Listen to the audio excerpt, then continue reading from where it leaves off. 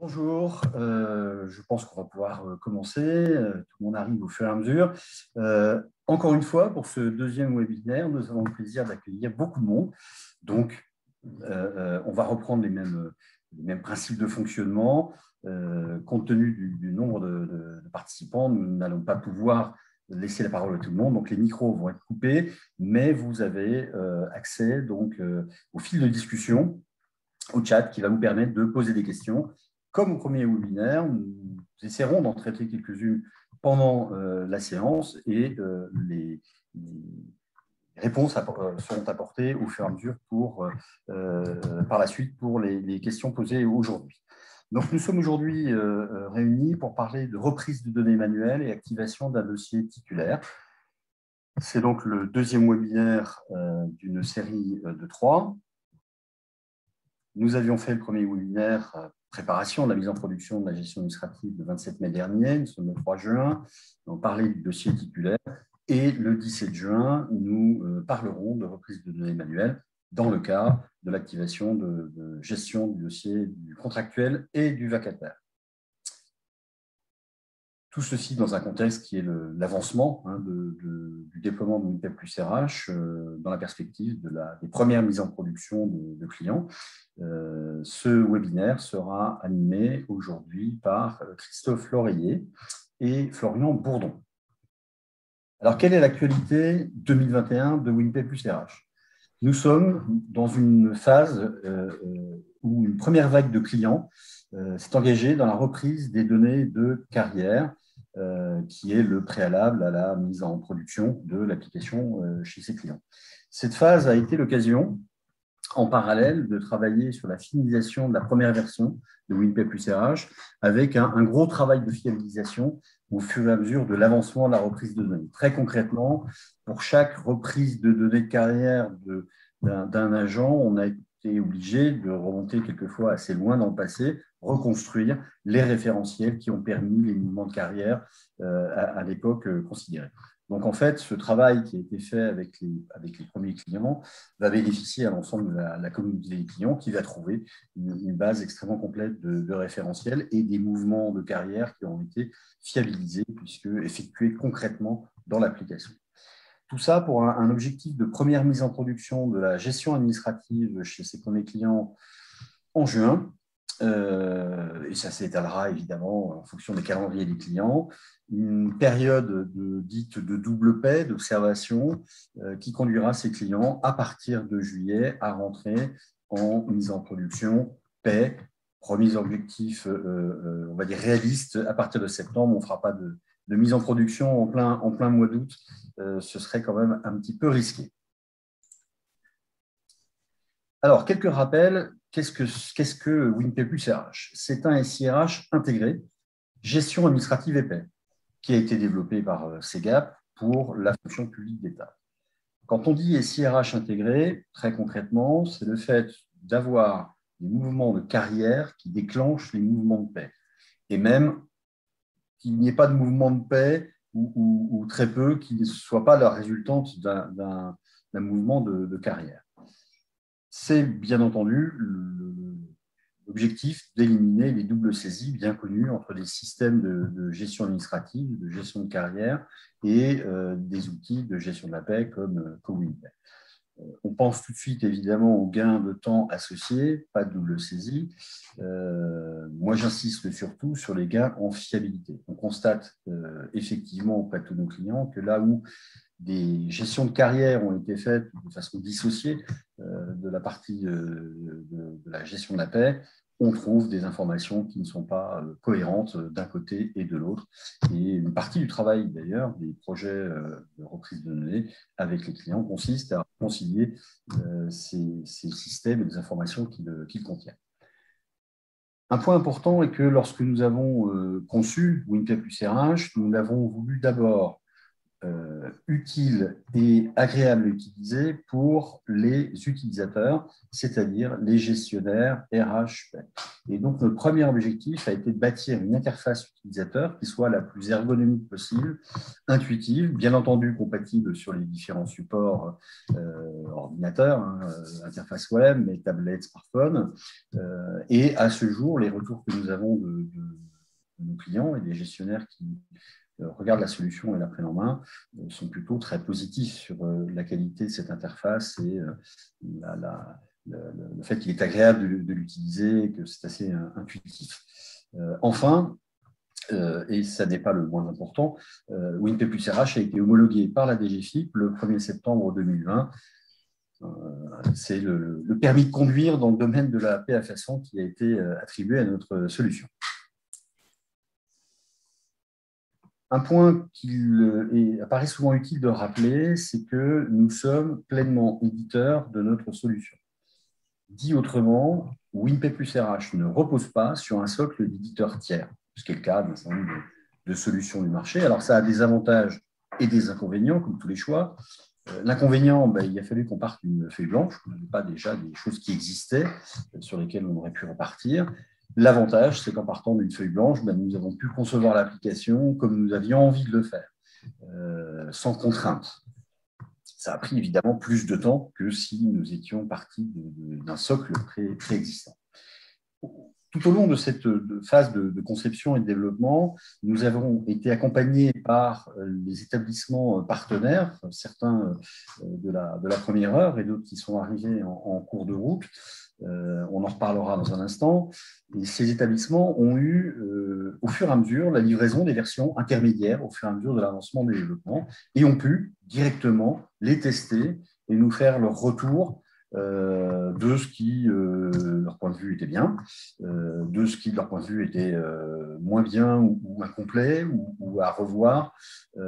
C'est ainsi que, avec ce travail qui a pu être fait sur les élections successives dans toutes ces phases de développement, nous avons pu d'ores et déjà intégrer dans l'application des retours, des améliorations, des ajouts, des modifications, pour parvenir à un niveau sans doute de maturité au moment de la première version, la V1, qui sera probablement un peu plus fort que ce qu'on a l'habitude d'avoir lors de la conception de logiciels.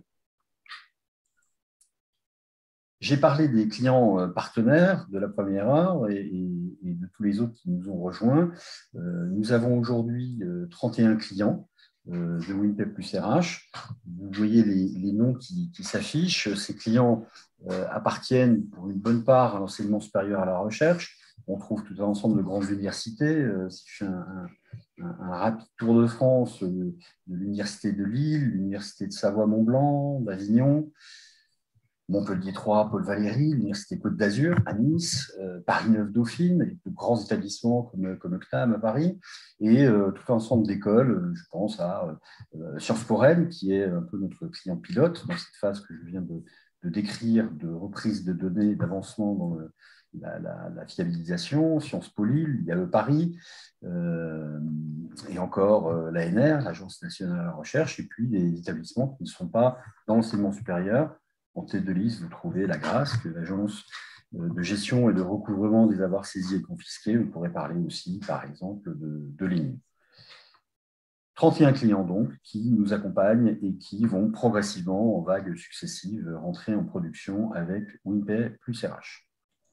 Ok, merci Patrice. Bonjour à tous, donc Christophe Laurier. Je vais vous présenter un petit peu ce qu'on va voir aujourd'hui dans ce webinaire. Donc, le programme va se dérouler en 4 étapes.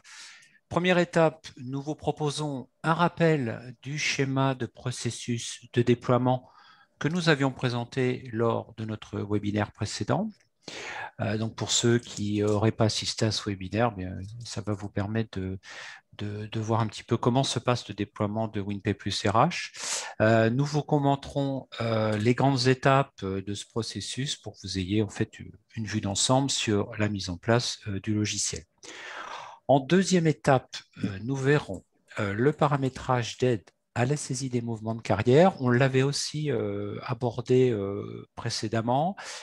Cette fonctionnalité donc, est destinée en fait à sécuriser la saisie, à faire gagner du temps aux gestionnaires au moment de rentrer les données, de reprendre les données. en ayant en fait des mouvements qui sont paramétrés à l'avance. Donc, on aura une démo là-dessus. À la troisième étape, nous verrons comment réaliser la reprise de données manuelles des dossiers administratifs de titulaires en vue du contrôle des dossiers de paye. Dans le prochain webinaire, on verra les contractuels et les vacataires. Donc là, on va se concentrer sur les titulaires. Et puis enfin, en quatrième étape, nous verrons la reprise de données manuelles avec impact sur les calculs historiques. Donc pour commencer, voyons ce processus de déploiement. Je vais passer la parole à Florian et je vous affiche le slide. À toi, Florian. Merci Christophe, bonjour à tous. Donc oui, effectivement, je vais vous présenter donc, le schéma organisationnel du déploiement de WinPay plus RH, donc, qui est en fait décomposé en 4 phases.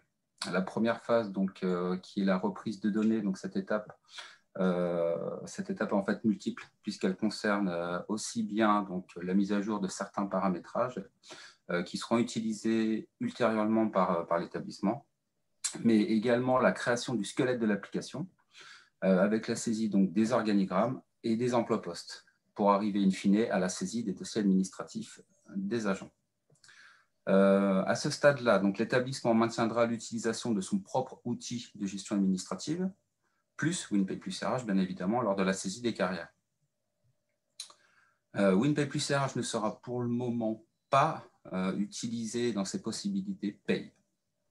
Et à la fin de ce jalon, le bon fonctionnement donc, du volet gestion administratif de l'application sera acté. La deuxième phase, donc, qui repose sur le contrôle et l'activation du dossier paye, il s'agit en fait ici de vérifier la cohérence entre les informations détenues par la DGFiP et celles générées par l'outil au regard des différentes saisies effectuées par les gestionnaires donc, de chaque établissement.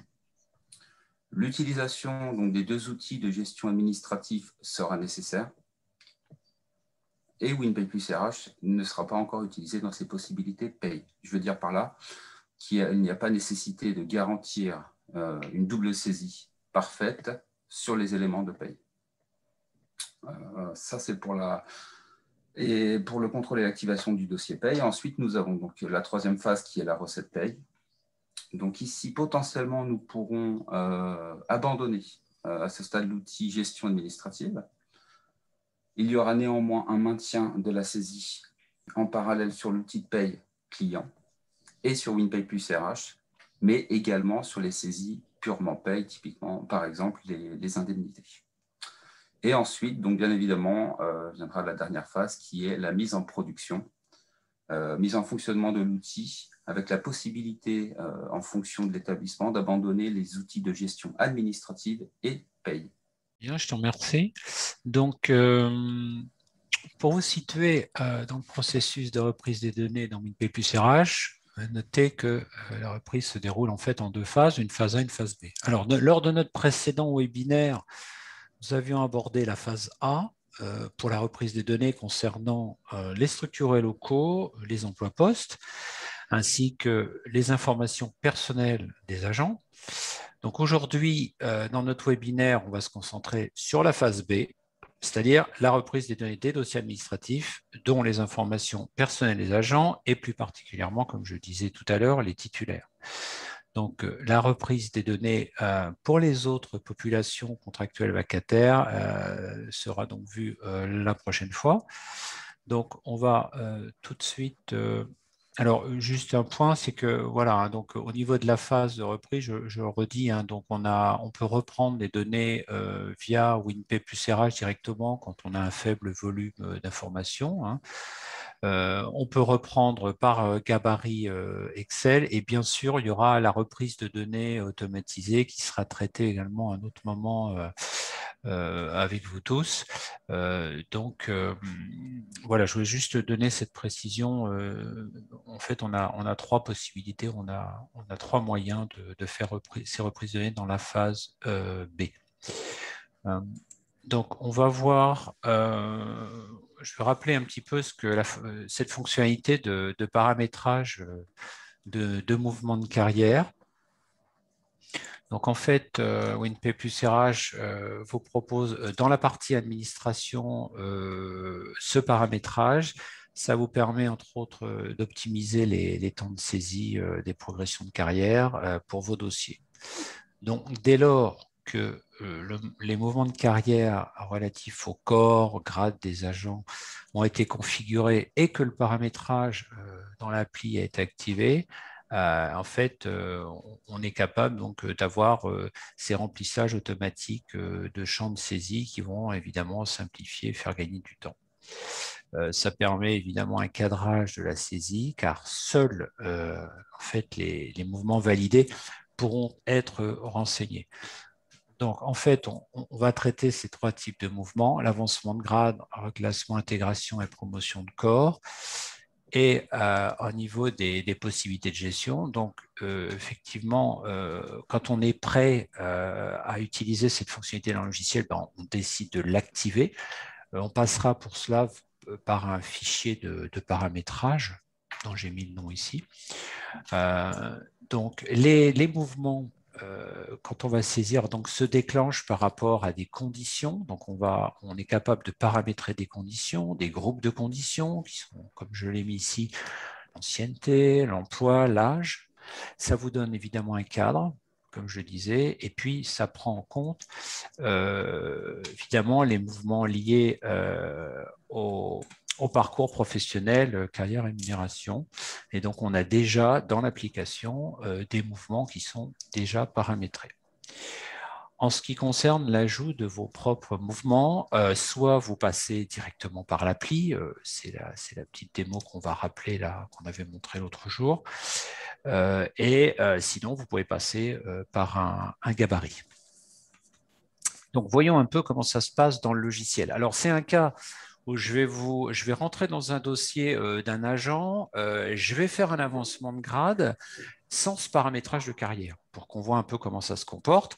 Je vais annuler, je vais sortir de mon dossier et je vais aller faire la création de ce mouvement de carrière en administration dans le paramétrage. Puis je reviendrai dans le dossier de l'agent pour vous montrer tout simplement la différence.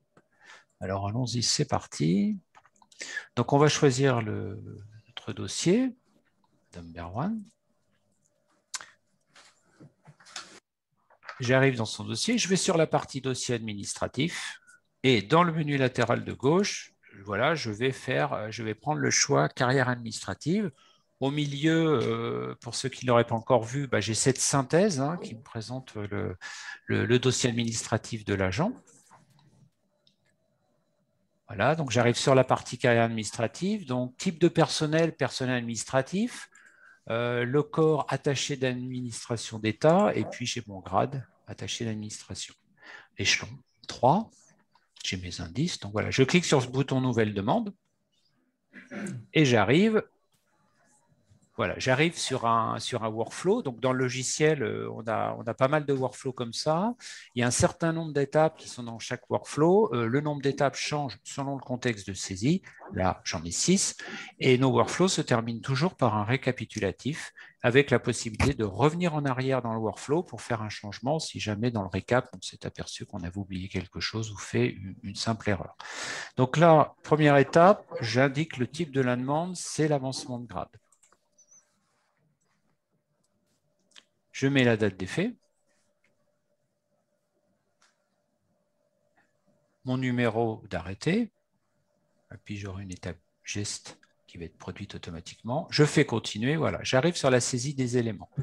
Et donc là, j'ai choisi le type de personnel. Et je m'aperçois qu'au niveau du corps, je dois le renseigner manuellement. Donc là, l'idée, c'est que ça se remplisse automatiquement avec le paramétrage prévu à l'avance. Voilà, donc vous voyez, je vais chercher attaché d'administration d'État, je vais chercher mon grade, et puis je remplis mon échelon. Voilà. Donc je vais sortir de cet écran, j'abandonne ce que j'étais en train de faire, je clique sur mon logo pour revenir à la page d'accueil, et là, je vais rentrer sur le module administration. je vais dans un onglet qui s'appelle Paramétrage. En dessous, j'ai un menu contextuel et je vais aller chercher le paramétrage de carrière. Alors, j'arrive sur un écran d'accueil où je me retrouve avec la première partie où j'ai des filtres de recherche. Donc, j'ai pas mal de critères pour retrouver des mouvements qui m'intéressent. Et puis en bas, j'ai mon résultat de recherche avec la liste de mes mouvements paramétrés. Donc là, je vais faire recherche sans rien préciser. Et voilà, j'obtiens mon résultat. Donc, il me manque la progression de carrière dont j'ai besoin. Donc, ce que je vais faire, je vais l'ajouter. Voilà, juste pour que vous voyez un petit peu les écrans. Et un petit rappel pour ceux qui l'ont déjà vu. Donc voilà, là, je vais pareil, hein, j'ai 4 étapes. Première étape, je vais préciser mon type de mouvement. Avancement de grade. Je peux mettre une référence. Ça, ce sera utile pour faire mes recherches. Mon type d'accès d'éléments de carrière. Donc là, je connaissais le code, donc j'obtiens automatiquement la valeur, c'est filtré. Et puis, un début de validité, bien sûr, en 2017. Voilà. Je continue. Et voilà, là, j'ai un écran, je vais prendre mon petit pointeur. Donc, en fait, j'ai une zone carrière de départ, une zone carrière cible. J'ai possibilité de mettre une carrière de départ ou plusieurs. Ça veut dire que je peux avoir plusieurs carrières qui vont converger vers la même carrière cible. Donc, je renseigne ces critères qui me sont demandés et je peux rajouter des conditions et on utilise les opérateurs logiques et ou. Donc, on va remplir. Donc, déjà, définir la carrière de départ.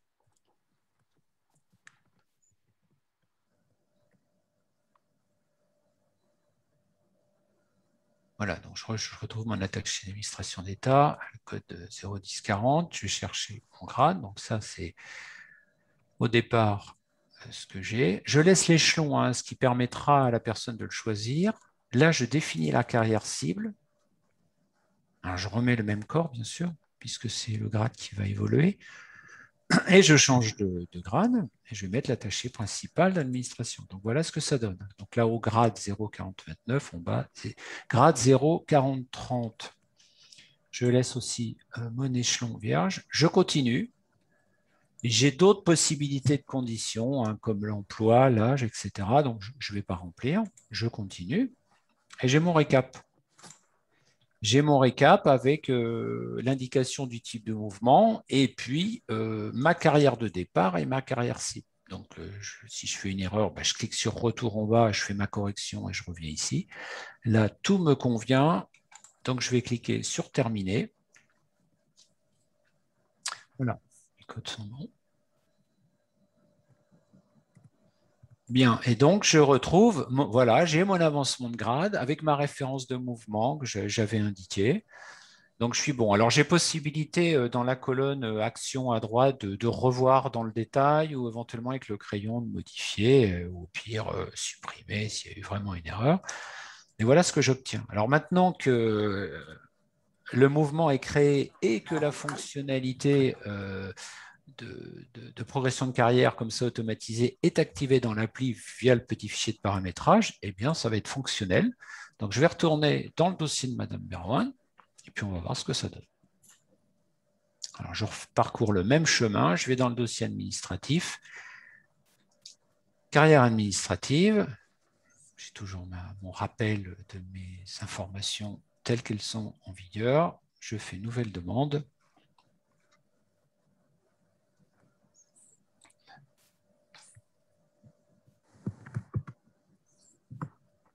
Voilà, on remplit comme tout à l'heure.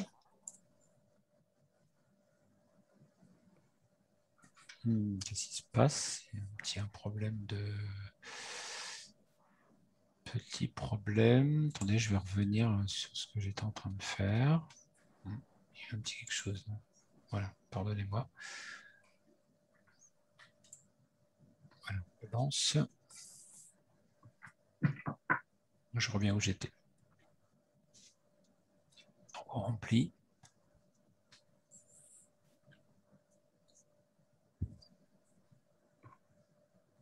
On va passer à l'étape 2.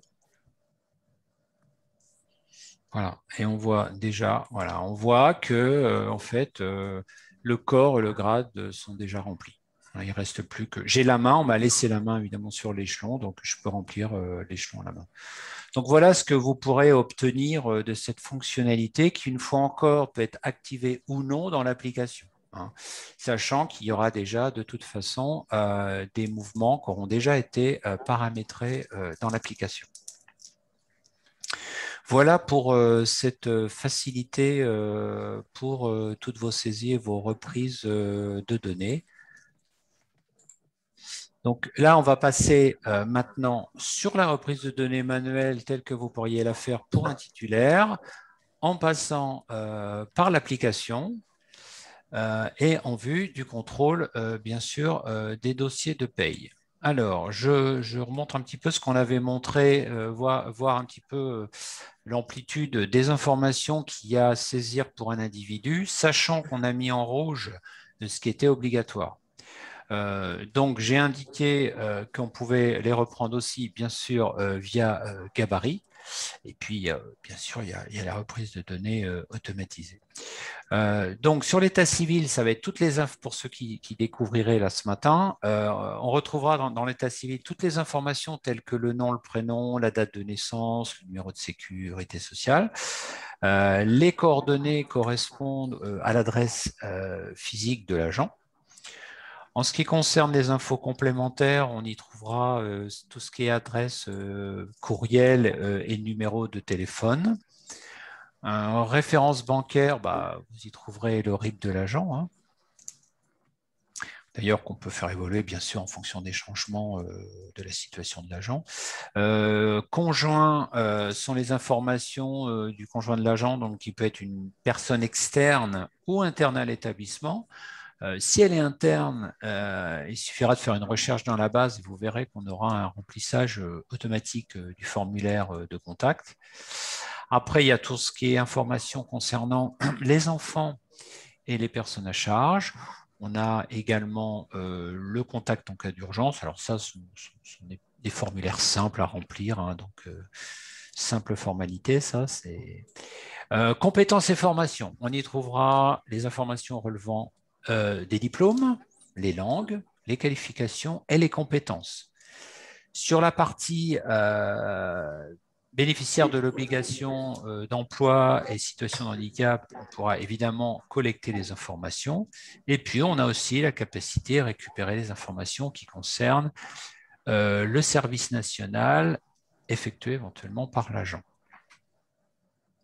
Alors, on ne va pas tout faire parce que ça pourrait être un peu rébarbatif. Et puis, il y a surtout des formulaires qui sont vraiment très, très simples à utiliser. Donc, il n'y a pas vraiment nécessité de s'arrêter dessus. Donc, on va commencer, si vous le voulez bien, par l'ajout d'un individu. Donc, on va passer par la brique qui s'appelle la gestion du personnel. On va voir comment on saisit ça manuellement dans l'application. Alors là, j'arrive sur un écran d'accueil avec les derniers individus qui ont été créés. Le petit, pour ceux qui découvriraient l'interface, les petits pictogrammes dans la colonne action à droite sont un petit picto-œil qui permet de rentrer dans le dossier de l'agent. Et puis, tout ce qui est briques de couleur, on a la volumétrie. Donc là, ce qu'on va faire, c'est qu'on va cliquer sur Nouvel individu. Petit temps de chargement. Voilà. Donc là, j'arrive à nouveau sur un workflow qui va me permettre de me guider tout au long de la saisie.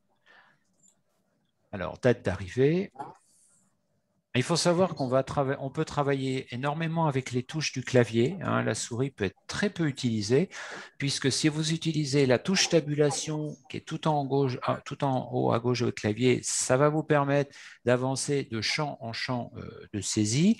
Et puis, vous pouvez taper à la main, bien sûr. Sur les calendriers, on verra qu'on vous propose un petit calendrier. Et puis, quand vous avez votre donnée dans le champ, vous faites entrer sur votre clavier, ça prend en compte et vous passez au champ suivant. Donc ça permet vraiment d'accélérer en termes de productivité pour la reprise de données. On rentre le numéro de sécurité sociale. On peut avoir un numéro de sécurité sociale qui est provisoire dans le cadre des personnes qui auraient un titre de séjour. Je passe à l'étape 2. Donc là, je vais simplement rentrer l'état civil. Donc là, la souris. Après, le clavier uniquement. J'avance de champ en champ. Petite faute d'orthographe sur le prénom.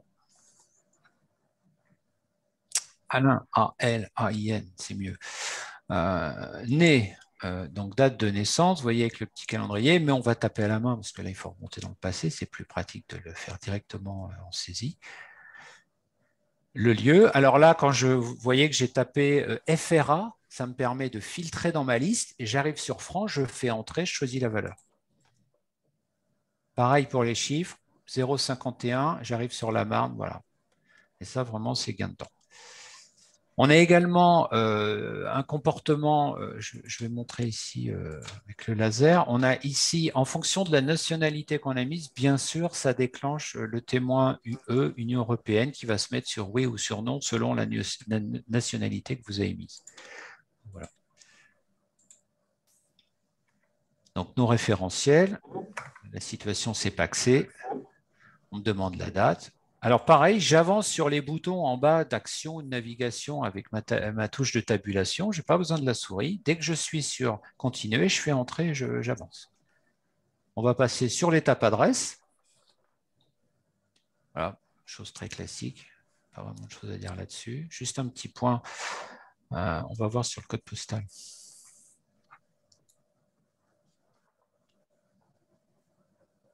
Le libellé de la voie. Alors, je vais taper un code postal qui va m'amener directement, voilà, je le tape le 35 520, j'arrive sur la chapelle des Fougerets. Je vous dis ça tout simplement pour que vous compreniez certains comportements de l'appli. Là, il ne faut pas croire qu'il n'y ait qu'une seule commune. Il faudra taper, alors là, il a été cherché certainement la première dans la liste alphabétique, mais on a également une autre commune que je ne connaissais pas, Montreuil-de-Gast, voilà. Donc, il ne faut pas hésiter à aller le chercher. Il ne faut pas rester bloqué sur le fait qu'il vous affiche la première ville. Voilà. C'est un petit détail, mais qui peut avoir son importance. Les infos complémentaires sur la partie courriel et téléphone.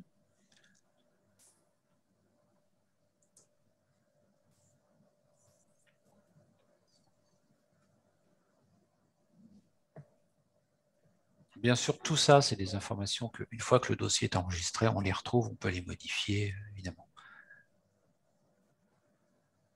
Alors, on ne repassera pas par le workflow, on arrivera à partir du menu latéral à gauche, on pourra directement aller dans les informations complémentaires, par exemple.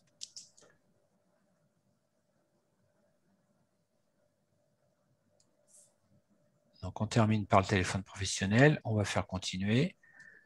Voilà, on arrive sur le récap. On vérifie nos informations. Si tout convient, on clique sur terminer, ce qui permet d'enregistrer en base nos données. Voilà. On a toujours en haut un petit message de confirmation en vert ou en rouge selon la situation. Donc là, tout est au vert, c'est bon. Enregistrement réussi. Il y a toujours un petit temps de chargement. Voilà, donc vous retrouvez ici. On va aller aux infos perso. Et par exemple, sur notre histoire de courriel ou de téléphone, bah, voilà, il faudrait revenir ici, cliquer là-dessus pour aller chercher le formulaire et par exemple faire des corrections. Donc, pas besoin de repasser par le workflow. Voilà, donc là, notre individu a été créé. Alors, on va passer à la partie référence bancaire. Donc, Florian, si tu veux intervenir. Merci Christophe. Donc, effectivement, on va faire une saisie d'une nouvelle référence bancaire donc, pour un agent. Donc, dans le menu de gauche, dans l'onglet Info perso, on va cliquer donc, sur référence bancaire. Ensuite, on va saisir donc, directement donc, les nouvelles informations bancaire de la personne en question. À savoir aussi que les RIB étrangers donc, sont bien pris en compte dans WinPay plus RH.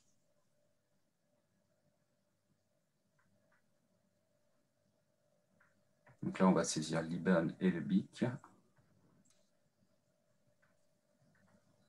avec la domiciliation, évidemment. On clique sur Enregistrer. Donc, on a bien l'enregistrement qui a réussi donc, en haut en vert. Vous pouvez retrouver, bien évidemment, tous les changements de RIB de vos agents dans l'onglet Historique, juste à côté de Résumé. Et vous avez l'onglet Suivi des demandes qui vous permet de savoir toutes les modifications que vous avez en cours sur les références bancaires de vos agents. OK, donc on peut également enregistrer le conjoint. Alors, on a une petite facilité là-dessus au niveau de la saisie, puisqu'on est capable de distinguer les conjoints internes, externes. Donc, on va juste regarder sur la démo. Donc, je vais aller, voilà, on continue dans le menu, en fait, on descend. Hein. Donc, quand on arrive ici, on a notre onglet résumé. Pour l'instant, c'est vide, donc on va faire ajouter. Voilà, donc on a ce formulaire. Donc, tout en haut ici, vous avez l'individu interne ou externe. Donc là, je suis sur non, je vais le mettre sur oui, et ce qui me permet d'éviter la saisie de tout mon formulaire. Le conjoint de M. Dupont, la conjointe, c'est Mme Géna Louvain. Donc, j'ai été la chercher dans la base, puisqu'elle est dans le même établissement. Et à ce moment-là, tout simplement, voilà, le formulaire se remplit. Et c'est également un gain de temps. On a l'info, pourquoi sont privés. Donc, on enregistre. Voilà, tout est ouvert. Voilà pour ce simple formulaire, donc, qui fait toujours partie, évidemment, de la reprise de données. Là, on va voir le cas d'ajout d'un enfant à charge de moins de 16 ans. Donc, je continue à descendre dans le menu latéral gauche. Pour l'instant, rien enregistré. Je vais faire le bouton Ajouter. Voilà, alors là, on est sur un workflow, vous voyez, qui est très court finalement, parce qu'on est en 2 étapes. Donc, enfant personne à charge, on va choisir la valeur. Et puis, on va renseigner le nom, le prénom, le sexe, date de naissance, etc.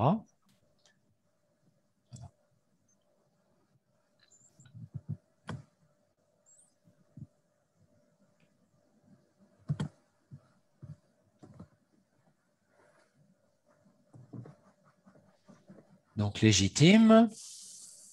Et puis, l'indicateur lié à l'enfant qui est aux charges au titre du SFT et des prestations familiales. Voilà, donc enfant à charge de moins de 16 ans. Donc, voilà comment on enregistre un enfant dans l'application. Donc, il suffit que je continue. J'ai mon récapitulatif. Voilà, avec les petites informations qui clignotent. Donc, si j'avais à revenir dans le processus parce que j'ai fait une erreur sur une des valeurs, je vais cliquer sur Retour, je vais modifier. Quand je vais revenir ici, ce ne sera pas l'ensemble qui clignotera, mais vous aurez juste le champ qui a été changé, donc qui lui-même clignotera. Voilà, petites indications, facilité visuelle.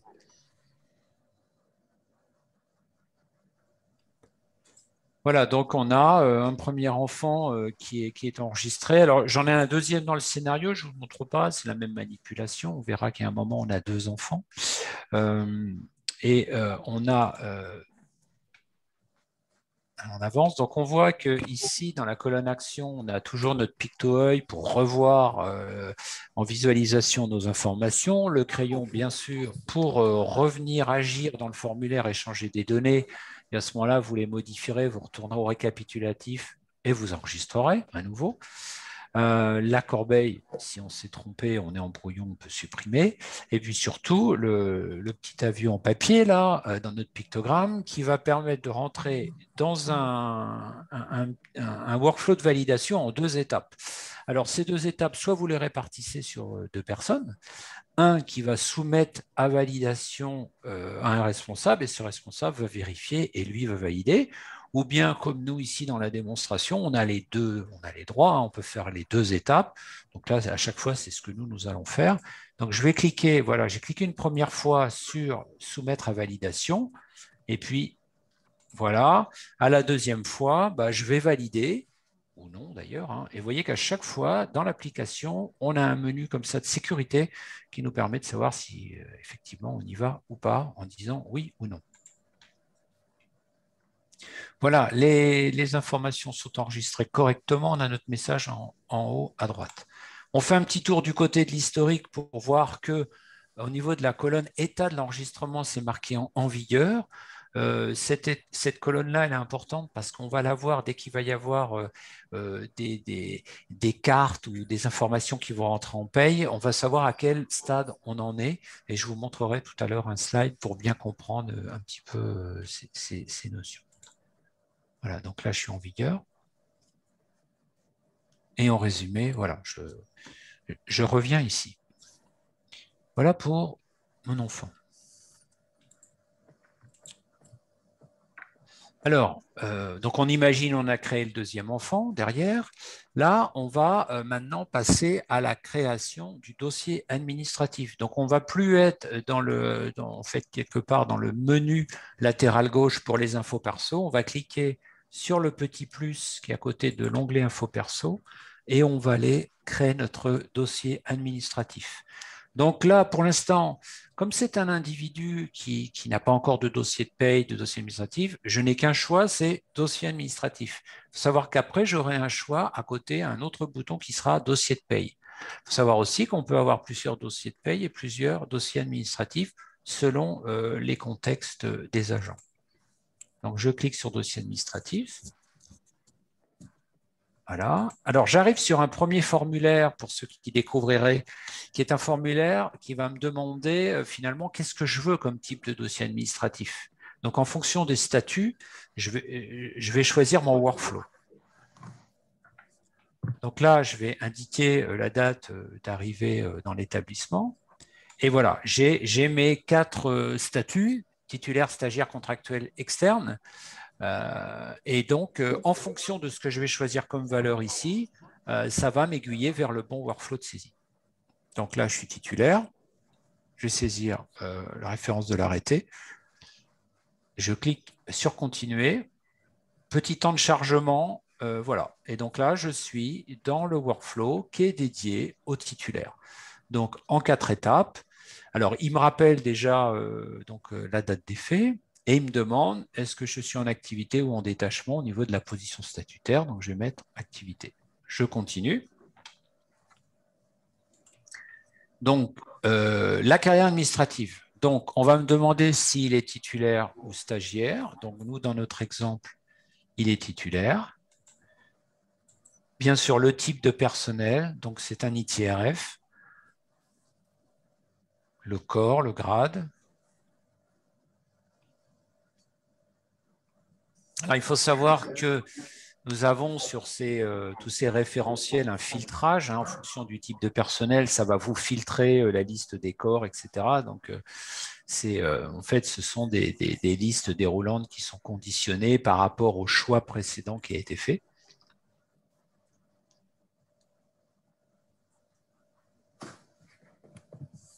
Donc, le grade. Donc, ça m'a donné automatiquement l'indice brut, l'indice majoré. Avec le type d'accès des membres de carrière, ancienneté. Et là, je vais avoir mon ancienneté conservée. Je vais taper ma date. Et vous voyez qu'en bas, on va voir le calcul se faire. Voilà, j'ai mon ancienneté conservée, 1 année, 4 mois, 14 jours.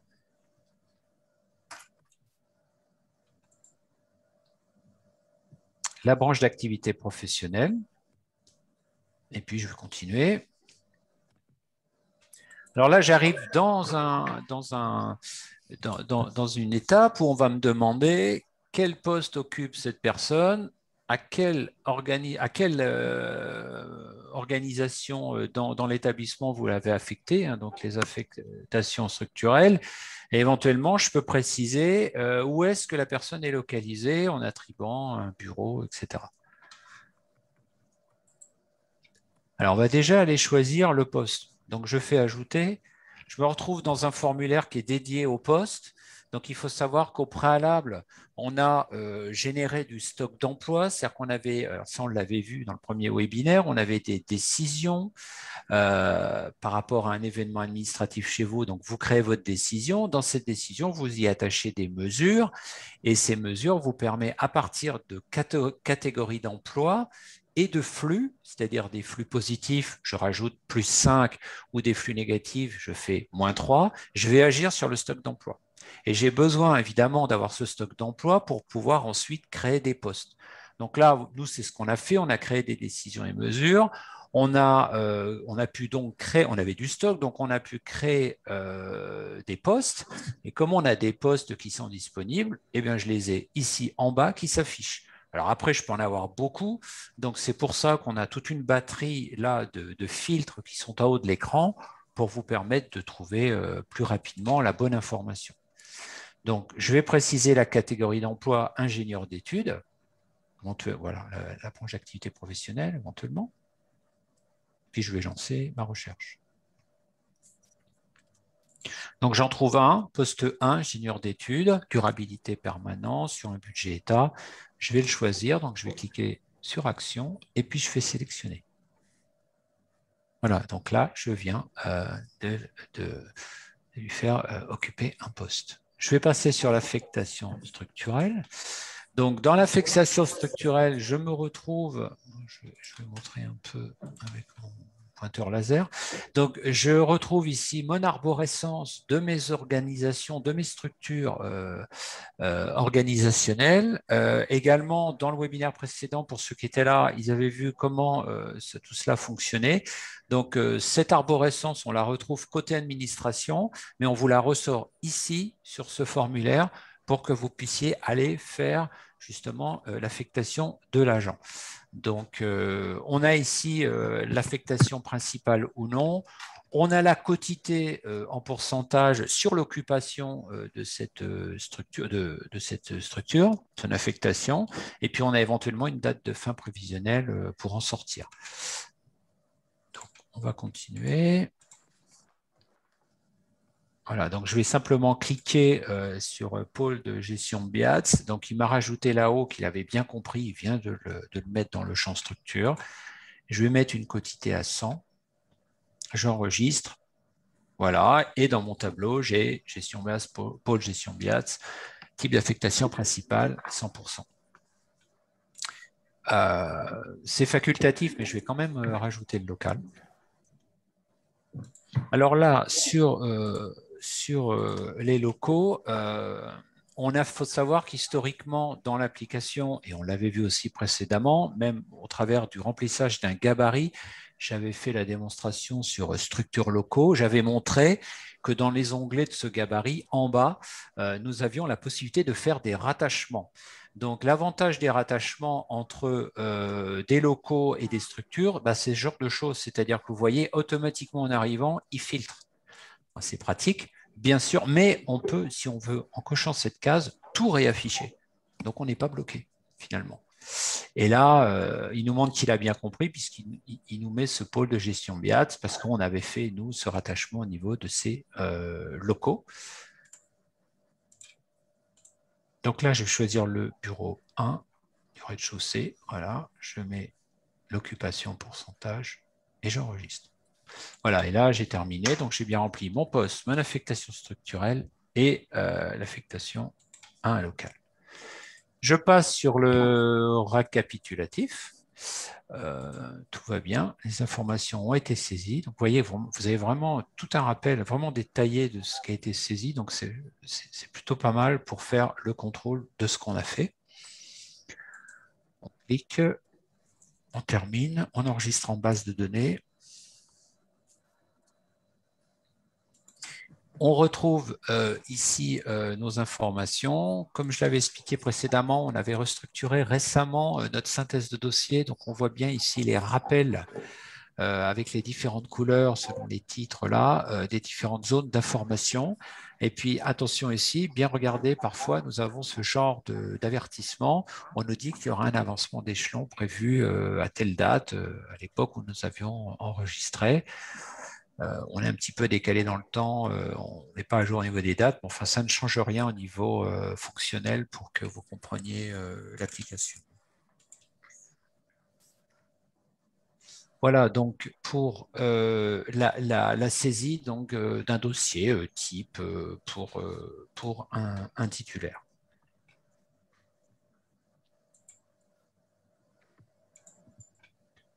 Alors, Florian, si tu veux nous commenter, hein, on avait 2 slides à montrer pour faire une petite pause, et puis que tu nous dises un petit peu voilà, ce qu'on avait un peu mesuré, certainement par rapport à nos clients, hein, je crois, ce n'est pas que des tests en interne. Tout à fait, c'est bien ça. Merci Christophe. Donc, on a fait un estimatif du temps de recherche d'informations sur les cas simples et les cas complexes en fonction des premières remontées clients que nous avons effectuées. Sur les cas simples, on a estimé qu'il fallait à peu près pour la recherche d'informations 15 minutes.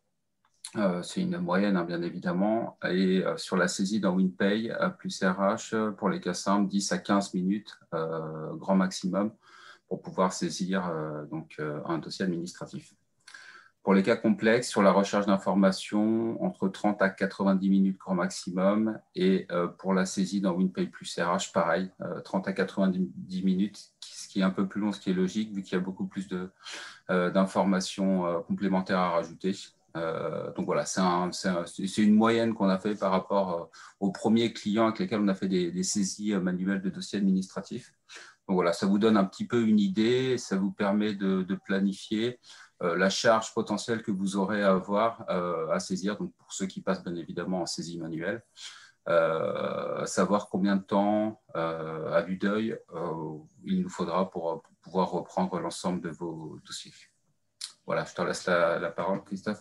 Non, ouais, si tu veux nous dire celui-là. Non, je vais enchaîner là-dessus. Je crois que tu avais un petit mot à nous dire sur celui-là aussi. Je vais enchaîner aussi. Tu fais plus de terrain que moi parfois, donc. Effectivement, donc sur la saisie des dossiers de titulaires, 2 points de vigilance. Tout d'abord, donc bien recenser à l'avance donc les dossiers incomplets, donc toutes les informations manquantes sur des dossiers, bien évidemment, qui seraient peut-être un petit peu plus complexes où vous n'avez pas les informations. Donc là, il y a un gros travail de recensement au préalable à faire. Et deuxièmement, prévoir une procédure. Je pense que c'est très important de prévoir une procédure de récupération des informations manquantes. Donc là, les chefs de projet, bien évidemment, déploiement comme moi ou certains de mes collègues pourront vous aider pour qu'on trouve une procédure adéquate pour récupérer ces informations et un accompagnement qui peut être fait à ce niveau-là. Ouais, donc en fait, je suppose que tous ces recensements, évidemment, on est très très lié à l'accès à l'information. Est-ce qu'on y a accès facilement? Quelle est la forme de l'information? Et puis les volumes, en fait. Hein. C'est ça, exactement. Ouais. Ok. Merci, Florian. Je t'en prie. Donc, on va voir sur maintenant la création du dossier de paye. Alors, on l'avait déjà présenté, je me souviens que c'est Sébastien qui nous l'avait commenté lors du premier webinaire. Donc, une fois encore, il y a peut-être des gens qui n'étaient pas là au premier, donc c'est quand même bien de jeter un œil et puis ça permet peut-être de mémoriser pour ceux qui auraient déjà vu. Donc, une fois que vous avez votre dossier administratif de créer, vous pouvez cliquer à nouveau sur le petit plus à côté de l'onglet. Et là, quand vous arrivez, voilà, cette fois-ci, je vous parlais, on a un deuxième bouton qui apparaît, puisque comme il y a un dossier administratif, on peut créer le dossier de paye. Alors finalement, dans le logiciel, le concept, c'est quand même que tout passe par la GA, la gestion administrative, hein, puisque de la saisie de la GA va en découler automatiquement le dossier de paye. Donc, c'est quand même le concept de base de WinPay plus RH. Donc là, vous êtes aussi sur un formulaire qui est quelque part le prérequis avant de vous afficher votre dossier de paye. Et déjà, on vous demande à quel dossier administratif ce dossier de paye va être lié. Donc, on pourrait en avoir plusieurs. Là, j'en ai qu'un dans mon exemple. Donc, je dis, ben voilà, dossier titulaire numéro 18. Ensuite, il y a des prérequis, par exemple, au niveau des coordonnées bancaires. Donc, on me donne la possibilité, avec le petit œil, de vérifier si on les avait bien saisies ou effectivement on les a saisies. Si on cliquerait sur le crayon, ça nous ferait quitter cet écran et on irait dans le menu latéral de gauche remplir le RIB. Voilà. Et puis, il faudrait à nouveau cliquer sur le petit plus pour revenir à cet écran de prérequis du dossier de paie. Mais c'est pour ça qu'on vous conseille bien sûr que ces informations soient enregistrées avant d'arriver ici. Au niveau des enfants, qu'il y en ait ou qu'il n'y en ait pas, donc là j'en ai 2, donc c'est bon. Entre-temps, Emma avait été saisie. Et puis, il y avait une NBI qui avait été saisie dans la petite histoire de notre démo. Donc, on va cliquer sur suivant, les boutons sont à oui. Alors, petit temps de chargement, on va chercher le dossier. Voilà. Cette étape, évidemment, par rapport à ce que je disais, la majorité des informations sont remplies. Donc là, on va aller préciser le code correspondant. C'est ce fameux code que la DGFiP va reconnaître quand vous allez leur envoyer leur fichier. Donc là, nous, on est en RCE dans l'appli, donc on a un seul budget, donc on a un seul code correspondant. On en avait parlé lors du premier webinaire pour cette partie paramétrage de paye. Si on était à 2 budgets, État, ressources propres, à ce moment-là, on pourrait avoir 2 codes correspondants. Dans le logiciel, pour ceux qui découvriraient, évidemment, on n'a qu'une base de données. Et c'est donc ces codes correspondants qui vont nous permettre de faire le filtre et de savoir qu'est-ce qu'on met dans la bande geste. Donc voilà, alors là, il y a juste à renseigner ce code. On passe à l'étape suivante. Donc, on va nous donner les cartes avec toutes les zones. On est en étape 2, sont les infos perso avec les différentes cartes concernées. Rien à faire, hein. On fait juste un contrôle. Hein. On continue. Alors là, sur l'étape 3, on va avoir la zone de résidence à renseigner. Là, il faut la renseigner parce qu'elle est obligatoire. Ce n'est pas éventuellement, c'est obligatoire. Donc, je renseigne. Et puis, j'ai la partie poste où là, également, on l'avait présenté, la notion de code gestion, code poste que vous connaissez. Donc, au minimum, il faut qu'il y ait un code gestion et au minimum, il faut qu'il y ait un code poste rattaché au code gestion. Il peut y avoir plusieurs codes postes rattachés à chaque code gestion. Donc là, dans l'exemple, on avait fait l'exemple minimum. Le code poste 1585 a été rattaché au code gestion 15035, Université BIATS, Université M BIATS. Donc là, il faut renseigner cette information. Je continue. Sur la partie rémunération, j'ai bien mon droit au SFT ouvert parce que j'ai mes enfants de moins de 16 ans. Ventilation budgétaire, c'est renseigné, etc. Le profil de cotisation, c'est renseigné également. L'indice PC que nous avons ici correspond à l'indice de pension civile. Donc, je continue. Donc, les cartes 9C, 9G, pareil, c'est rempli. Donc, finalement, très peu de choses à remplir, du simple contrôle pour vous assurer que tout est bien en place. Voilà. Donc, un récapitulatif complet de ce que vous avez vu dans les étapes. On est d'accord, on clique sur « Terminer », ce qui permet de créer notre dossier de paye. Alors, il y a toujours un petit temps, bien sûr, pour l'enregistrement de toutes ces données pour alimenter les différentes tables dans l'appli en base. Voilà. J'ai un petit bouton qui clignote là-haut qui est soumettre le dossier. On remarquera les couleurs de nos cartes. Je vais prendre mon pointeur. De nos cartes qui sont ici. Donc, on va voir que ces couleurs vont évoluer. On va vous montrer un petit slide pour ceux qui découvriraient, pour voir un petit peu à quoi correspondent ces couleurs. Voilà comment ça se présente. Donc, on va soumettre le dossier. Oui, non, oui.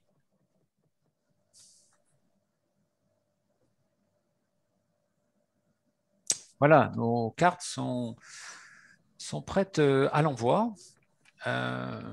Et on a donc ici notre dossier de paye qui a été créé pour Monsieur Alain Dupont. Donc, avec 3 zones, tout ce qui concerne information personnelle, situation administrative et en dessous, les cartes pour les indemnités. Puis en haut, dans nos onglets, on a la situation donc actuelle, les mouvements du mois, les consultations des cartes. Voilà, donc en ce qui concerne le dossier, voilà, on est prêt à l'envoi, couleur orange.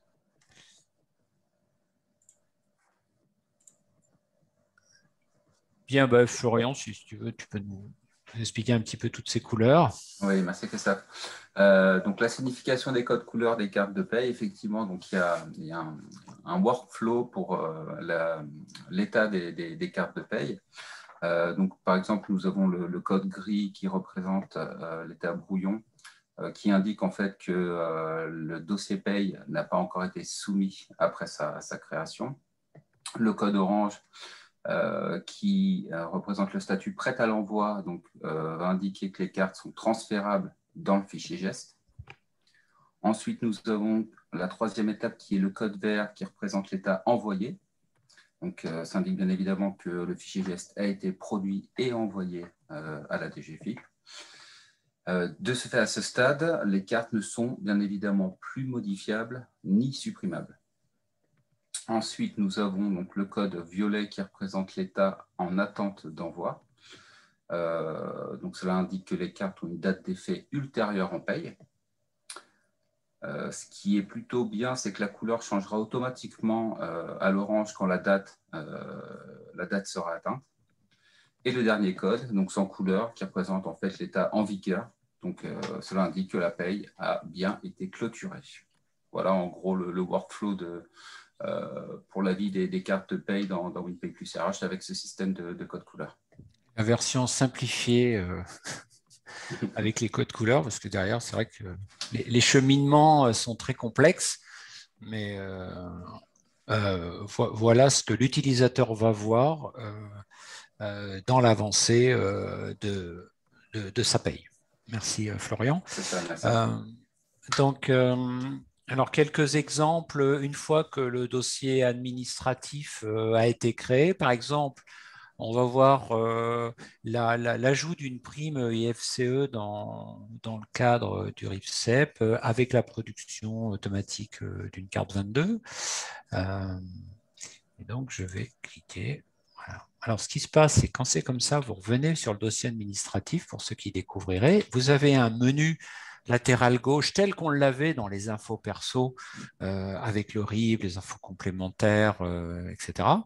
Et donc là, on va aller sur la gestion indemnitaire. Donc, on a tout en haut 2 onglets, prime indemnité et compte épargne-temps. Et vous avez toujours à côté l'historique pour voir l'évolution des demandes que vous créez. Est-ce qu'elles sont à l'état brouillon? Est-ce qu'elles sont en attente, prêtes à l'envoi, etc. Et puis, vous avez le suivi des demandes. Alors, la demande, c'est quand elle vient d'être enregistrée. Parce qu'une fois qu'elle est validée, elle va partir directement dans l'historique et elle va disparaître du tableau des suivis de demande. Mais quoi qu'il en soit, vous allez toujours retrouver dans les onglets spécifiques prime indemnité et CET, vous retrouverez vos informations sur celles qui sont en vigueur au jour où vous consultez votre écran. Alors, je vais revenir, c'est revenu en arrière.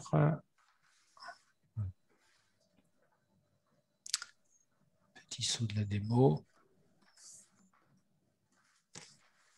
Voilà, côté épargne-temps. Donc, on va aller créer une nouvelle demande pour le RIFSEP.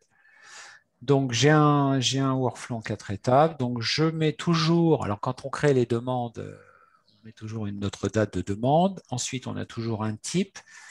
Donc là, on va mettre FSE. La génération geste, la production de carte se met automatiquement à oui, mais pourrait être aussi à non, ça dépend des contextes. On aura un exemple avec la génération d'arrêté. Pour l'instant, je le laisse à non, hein, puisque ce n'est pas nous qui avons généré l'arrêté. Donc, je vais mettre le numéro d'arrêté. Et puis, je vais continuer. Voilà. Alors, j'arrive à l'étape 2, la saisie des éléments. Là, c'est vraiment le cœur de notre saisie. Donc, on voit qu'on a déjà des informations qu'on connaît, donc évidemment, on n'y a pas à les ressaisir, elles sont en grisé. La date d'effet, très important.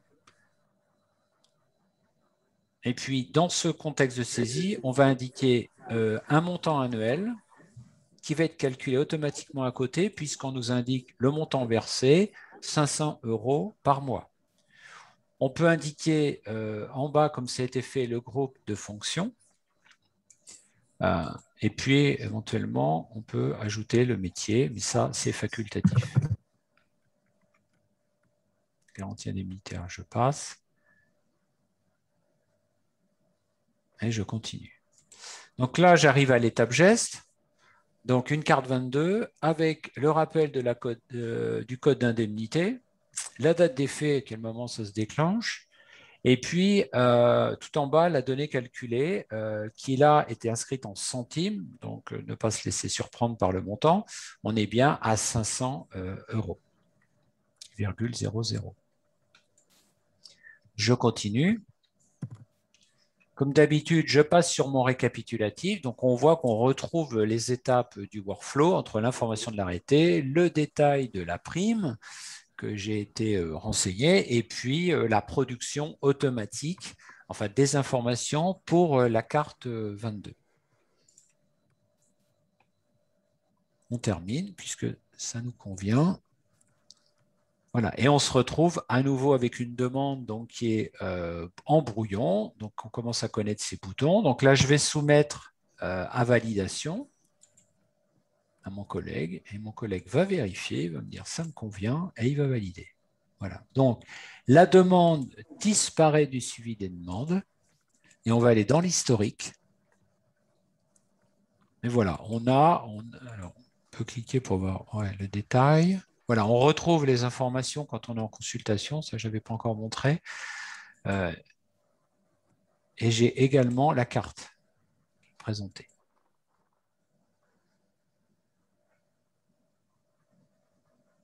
Après, on peut aller faire un petit tour du côté du dossier de paye de l'agent. Je vais aller dans les mouvements du mois. Et je vais découvrir mes cartes indemnités. Et j'ai ma carte 22 qui s'affiche sous cette forme, avec mon rappel de mon montant calculé.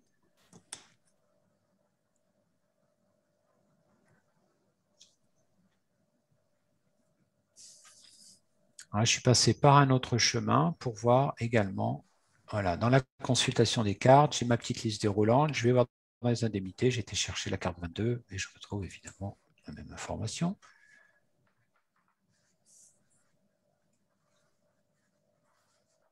Voilà pour cet exemple de prime dans le cadre du RIFSEP.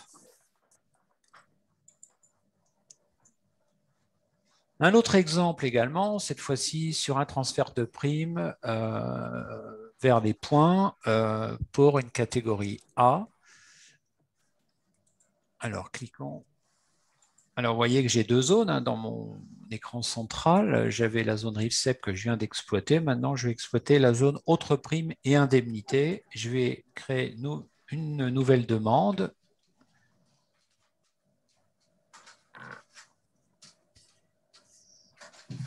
Donc, toujours ma date de demande, toujours mon type de demande, très classique, génération geste, ah oui, automatiquement. Et je vais sur le cœur de la saisie, c'est la saisie des éléments.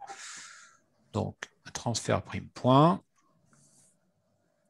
Alors, le versement, j'ai choisi périodique, en mensuel.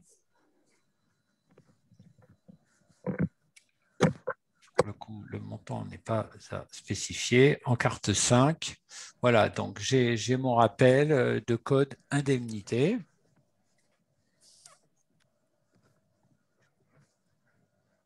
Donc le calcul est automatique, donc ce n'est pas la peine qu'on l'indique. J'ai mon récapitulatif.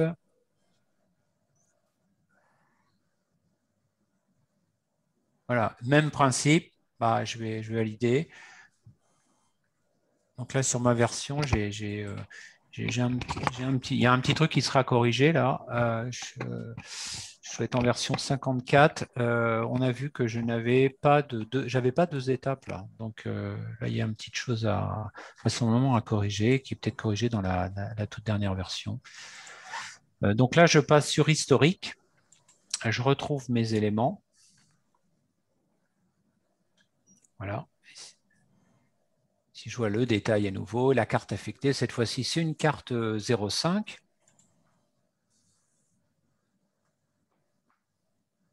Pareil, je vais faire un tour dans le dossier de paie, histoire de faire un petit contrôle pour voir si les éléments sont là. Je vais dans mouvement du mois.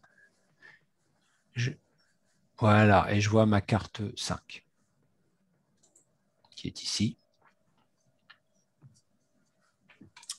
Donc, création d'une carte 5.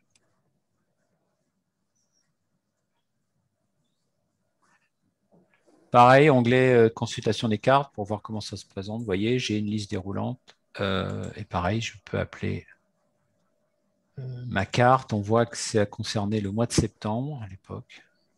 Voilà.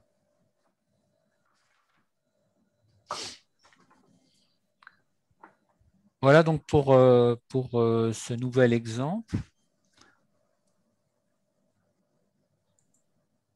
Donc, on les enchaîne comme ça vous permet d'avoir une vision un petit peu de comment tout ça se saisit, ce qui vous permet aussi peut-être de prendre quelques notes, réfléchir à où sont les infos chez vous, etc. Enfin voilà, ça peut être déjà profiter de ces séances pour une préparation un petit peu de ce qui va se passer après quand vous allez récupérer vos données, si vous avez à faire de la reprise manuelle. On va passer sur ajouter un compte. Florian, si tu veux juste nous commenter cette partie. Oui, donc dans cette très rapide. 3, oui, bien sûr. Dans cette étape 3, on va terminer donc, par un dernier exemple avec l'ajout d'un nouvel acompte.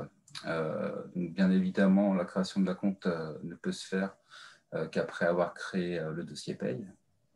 Donc pour le saisir, donc dans le menu à gauche, on va aller cliquer sur acompte. Voilà, donc on va cliquer sur nouvelle demande. Donc un nouveau formulaire qui s'ouvre. Ici, donc, on va pouvoir indiquer donc, les informations de l'acompte. Vous avez le code de la ventilation budgétaire, l'imputation budgétaire et bien évidemment le montant de l'acompte. 795. Voilà, on enregistre. Ensuite, pareil, donc toujours le même workflow de validation, on soumet en premier lieu. Et ensuite, on valide. Du coup, la ligne disparaît du suivi des demandes et elle apparaît bien dans l'historique. Et là, on peut voir que le statut de la carte est à l'état prêt. Ouais, et on verra, on voit dans la clôture de paye qu'on a une partie sur la création du fichier pour les acomptes, avance et acompte, qui se retrouvera dans la bande geste avec ce montant des 795.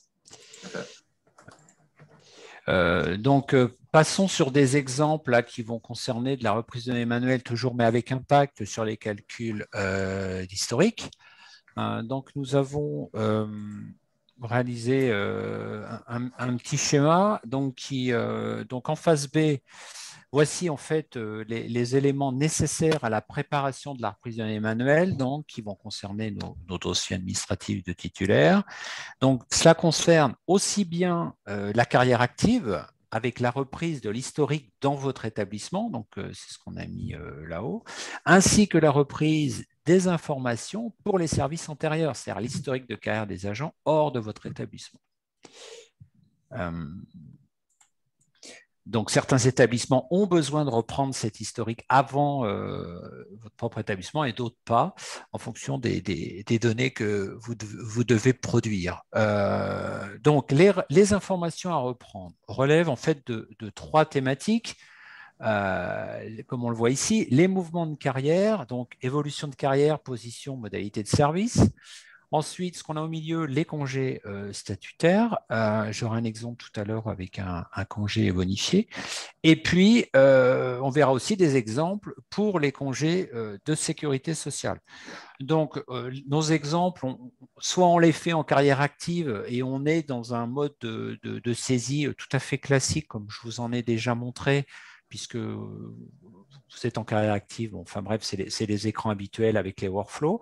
Et si jamais vous avez à reprendre des données pour ce qui est hors de votre établissement, nous avons un accès qui est différent dans nos menus et on verra ce qu'il y a à saisir. Donc, ça vous modifie. Il y a quelques écrans qui sont différents que vous n'avez peut-être pas encore vus.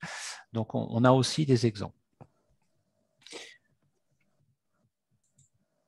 Alors, si on zoome un peu, donc pour tout ce qui est évolution de carrière, position, modalité de service et congés statutaires, ben, en fait, ces éléments finalement se matérialisent par votre gestion par les arrêtés.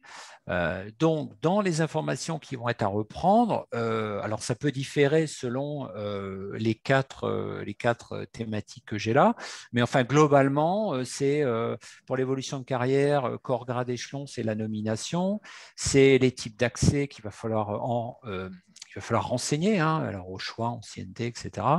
Les dates de mise en œuvre. Pour les positions, que ce soit activité, détachement, dispo, etc., on vous demandera le motif détaillé, entre autres, et toujours des dates. Alors, bien sûr, il y a d'autres informations qui gravitent autour de ça, mais enfin là, je vous donne les principales. On verra plus en détail quand on va avoir des démos. Sur les modalités de service, que ce soit le temps partiel, mi-temps thérapeutique, etc., motif détaillé, date de mise en œuvre. Puis enfin, sur les congés statutaires, bah, pareil, on demandera le motif du congé et puis les dates d'effet, date de fin. Alors, voyons le cas de saisie d'un avancement d'échelon avec un agent qui arrive dans votre établissement, par exemple le 1er septembre 2017, ce qui nous permet de voir comment reprendre des données en gestion active au sein de votre établissement. Donc là, on est vraiment dans l'usage des fonctionnalités classiques, quotidiennes de votre gestion. Donc là, je vais chercher un dossier qui est le dossier de M. Pratt. Donc, le dossier administratif a déjà été créé. Voilà, je vais aller en carrière administrative, puis je vais faire une saisie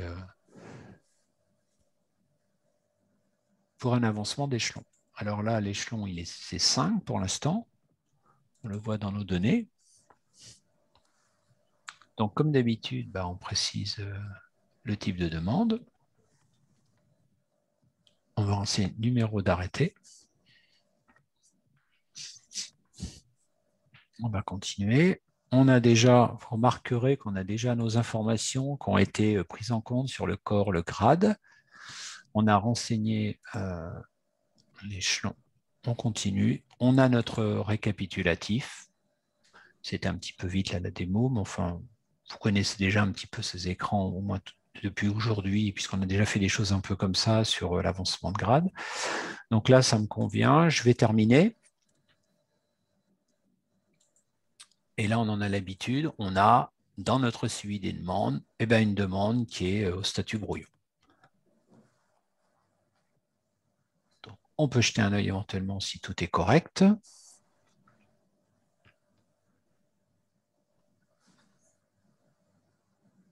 Voilà, on voit que les affectations avaient déjà été renseignées. Hein. Dès qu'il connaît l'info, il vous la ressort. Hein. Ce n'est pas évidemment à la ressaisir, heureusement.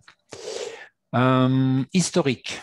Voilà, toujours pour voir un petit peu d'où on en est dans notre historique. On voit qu'on a des états qui sont obsolètes, neutralisés. Si vous changez une donnée, donc il peut la neutraliser et la remplacer, qui va être remplacée par une autre. Voilà, donc on peut retrouver ce type de libellé dans les états.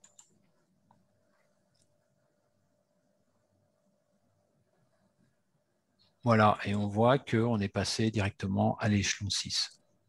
Alors ça, c'est toujours lié à la date d'effet, bien sûr. Voilà pour cet avancement d'échelon. Alors, là, ça va être une démonstration pour la saisie d'un temps partiel sur autorisation, ce qui va me permettre de vous montrer également que nous pouvons produire les arrêtés. Donc, voyons un peu comment ça se passe. Donc, on va prendre le dossier de Monsieur Gemini.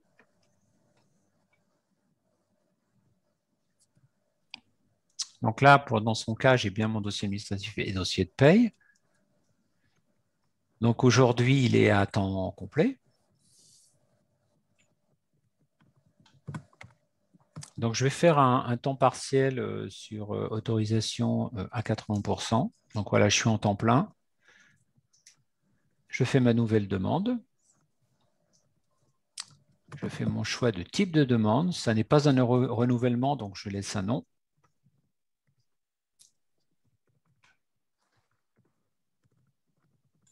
Alors là, pour le coup, je vais utiliser le bouton « Générer l'arrêté ». C'est moi qui vais le produire. Donc, il ne me demande plus le numéro, évidemment. Il a effacé le champ. Je continue. Je vais mettre une date de fin au 30 septembre 2021. Il me calcule la durée, évidemment. Le temps de travail, temps partiel sur autorisation. Je vais choisir parmi mes quotités de service, 80%. Il me calcule, évidemment, j'ai mon numérateur, mon quotité de rémunération avec mon numérateur et mon dénominateur, donc à 6/7. Et je vais continuer. Voilà, donc là, j'ai une étape geste pour produire une carte 3 et j'ai un message en rouge qui me dit « Attention, une gestion complémentaire est requise dans le menu indemnitaire pour gérer l'impact de cette demande sur l'indemnisation de l'agent, puisqu'il va passer à 80%. Donc, il faut à ce moment-là aller dans le menu qu'on a en grisé derrière, latéral gauche, pour aller faire les modifications nécessaires. Donc, ce n'est pas automatisé, mais c'est déjà une alerte pour que vous puissiez y penser. Donc, j'arrive sur mon récapitulatif. J'ai un bouton « Visualiser l'arrêté ». Je lance la visualisation. Alors, ça met un petit temps non négligeable parfois parce qu'il va aller chercher toutes les données, il va aller les collecter et il va remplir, il va aller chercher le modèle. C'est un modèle qui est basé sur du texte fixe réglementaire et des champs de fusion, et il doit aller collecter les données et aller remplir automatiquement les champs de fusion. Principe qu'on utilise dans les mailings pour ceux qui en ont fait. Voilà, donc je clique, j'ai un onglet qui s'ouvre avec mon document qui s'affiche. Donc j'ai... je vais peut-être revenir un petit peu en arrière. Voilà, on va s'arrêter là. Donc, j'ai ici mon logo. Alors, des logos, je peux en afficher deux. Je peux en afficher un en bas de page.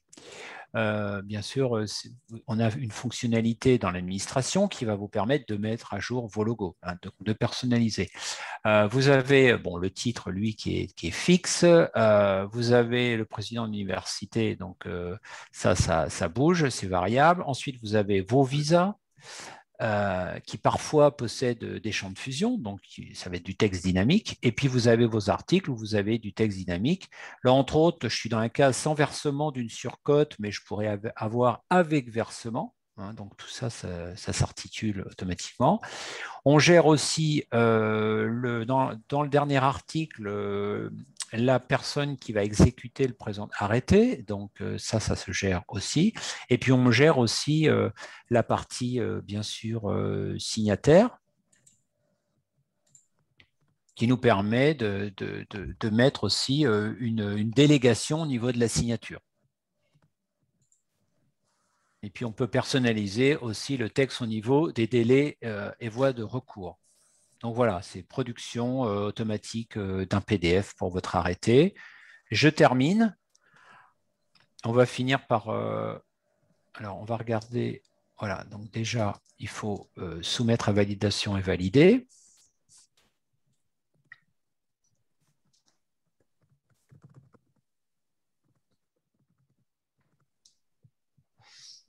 On va aller dans l'historique. Déjà, dans le dossier de paye.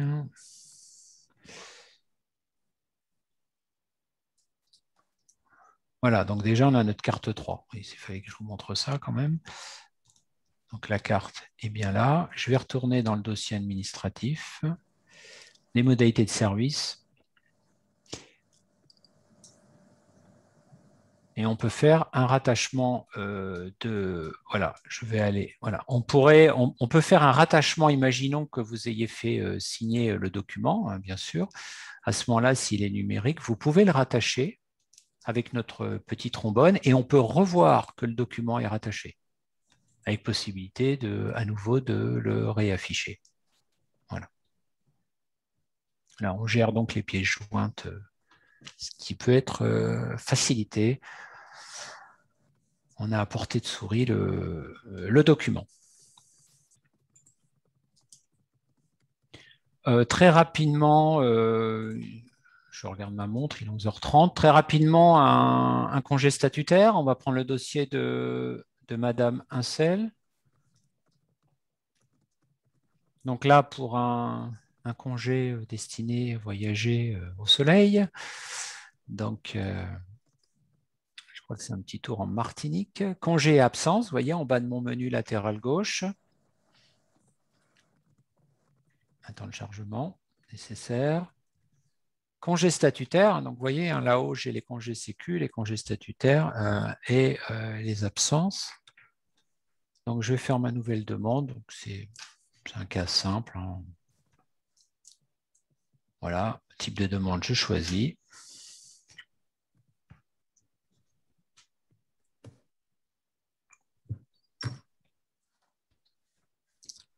Je profite pour voir un petit peu comment ça se passe, pour ceux qui ne l'auraient pas encore vu dans des démonstrations. Donc, on va aller choisir notre motif de congé, vu qu'on a besoin des motifs. La destination, données périphériques néanmoins importantes, Martinique. Nos dates, comme on avait dit, il faut qu'on récupère les dates.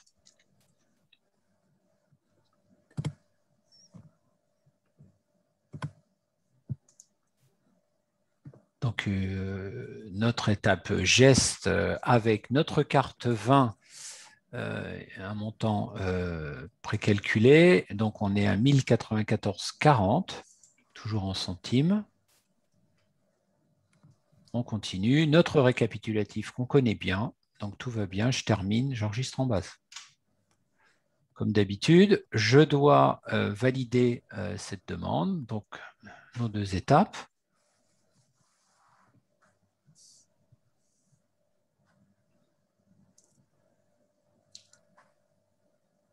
Toujours un petit tour du côté de l'historique et un petit contrôle.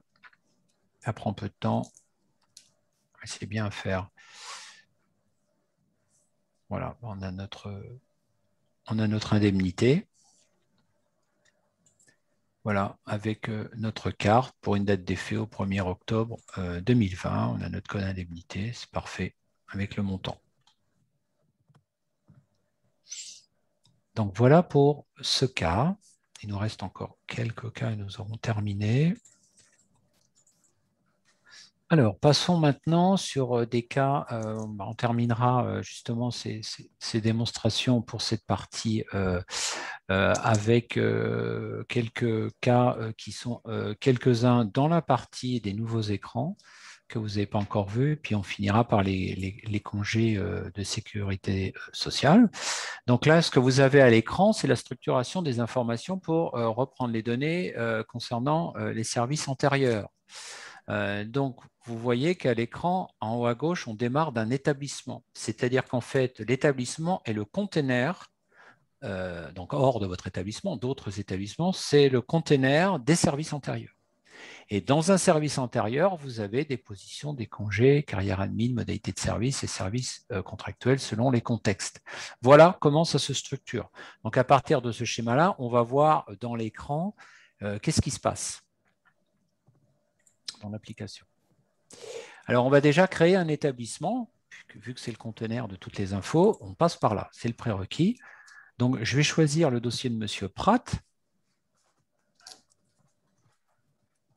Et là, vous voyez, je suis dans l'onglet « Résumé ». je reste sur cet onglet et j'ai le deuxième choix en haut dans le menu latéral qui s'appelle Service effectué. Ben, c'est par là que ça se passe.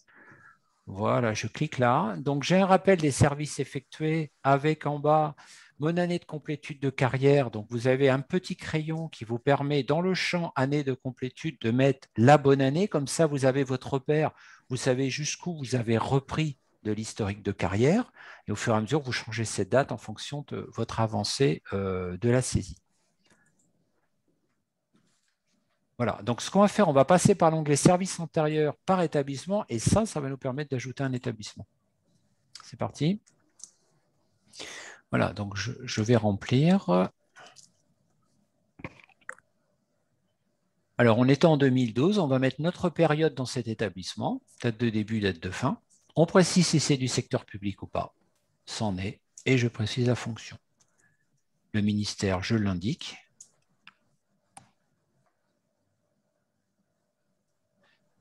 Le nom de mon établissement, entreprise, si c'était du privé, et j'enregistre. Voilà, donc là, l'établissement est créé.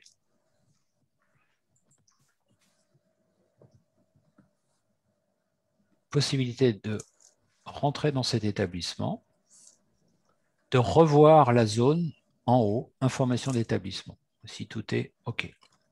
Et on voit qu'en bas, on a dans notre zone service antérieur. Et c'est là qu'on va pouvoir en ajouter. Donc on voit qu'on voit bien, on fait bien le lien, on accroche bien les services antérieurs à un établissement spécifique. Donc là, on va juste faire un exemple de saisie carrière et position statutaire pour que vous voyez juste les écrans pour ceux qui les découvriraient. Ou juste un rappel, ce qui peut être bien. Alors évidemment, ça se fait, c'est de la saisie qui se fait au calme, parce qu'il faut reprendre les données, il peut y en avoir pas mal. Voilà, donc ici, il y a un rappel en haut des informations de l'établissement, et en bas, c'est ma première saisie dans cet établissement. Je vais préciser le type de service, et là, il est en stagiaire. On remarquera, je vais prendre mon pointeur, que ici, les demandes viennent de se mettre à oui automatiquement, les 4 premières. Et ces 4-là correspondent en fait aux étapes que vous avez ici. Ça veut dire que c'est le seul endroit dans l'appli où vous êtes capable d'agir vous-même directement sur les étapes qui sont en haut. On continue. Et ça, il les met tous à oui à la première fois dans chaque établissement. Après, c'est libre. Vous pouvez agir sur les boutons. Donc là, position, écran qui clignote. Voilà, donc je mets ma période. Je vais mettre ma position statutaire après le numéro d'acte.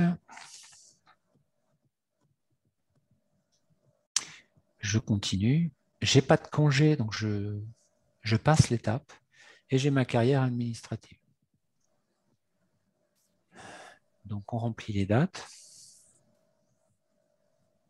Une petite particularité là, sur ce que je suis en train de saisir par rapport au contexte. En fait, je vais renseigner un échelon, mais je vais avertir la machine que finalement, il y a un reclassement sur échelon. Là, j'ai un bouton qu'on voit sur cette ligne, voilà, à droite. Et en fait, je l'avertis qu'à la prochaine saisie, je ferai mon changement d'échelon. Et pourquoi je dois faire ça? Tout simplement parce que la machine n'accepte pas ces changements d'échelon sur une même période exacte. Vous voyez, avec des dates identiques. Donc, à ce moment-là, pour accepter de passer sur une date où j'ai déjà mis un échelon, je vais devoir dire c'est un reclassement. Mais ça, il faut l'anticiper à la saisie précédente. Parce que là, en fait, dans l'histoire, il va passer d'un échelon 1 à un échelon 3. Donc là, je mets bien l'échelon 1 pour avoir la traçabilité dans mon historique. Alors, je laisse finir là sur le type d'accès, de carrière, etc. Voilà, et là, voilà, vous voyez, je viens de faire mon reclassement sur échelon. Et ça me permet, à la prochaine fois, qu'il m'autorise sur les mêmes périodes à mettre mon échelon 3. Voilà, une fois qu'on a compris ça, tout va bien. Sinon, ça bloquerait, hein, tout simplement. On précise la durée du stage.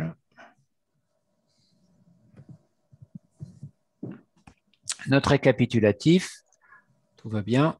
Donc, on va terminer.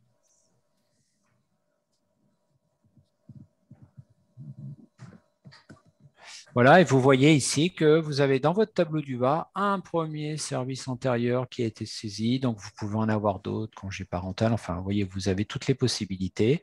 Et au fur et à mesure, vous renseignez, vous rattachez à votre établissement. Là, exemple, c'est l'Université de Rennes 1. Voilà, donc sur ces tableaux qui sont un petit peu à part par rapport à tout ce qu'on a vu déjà dans l'application.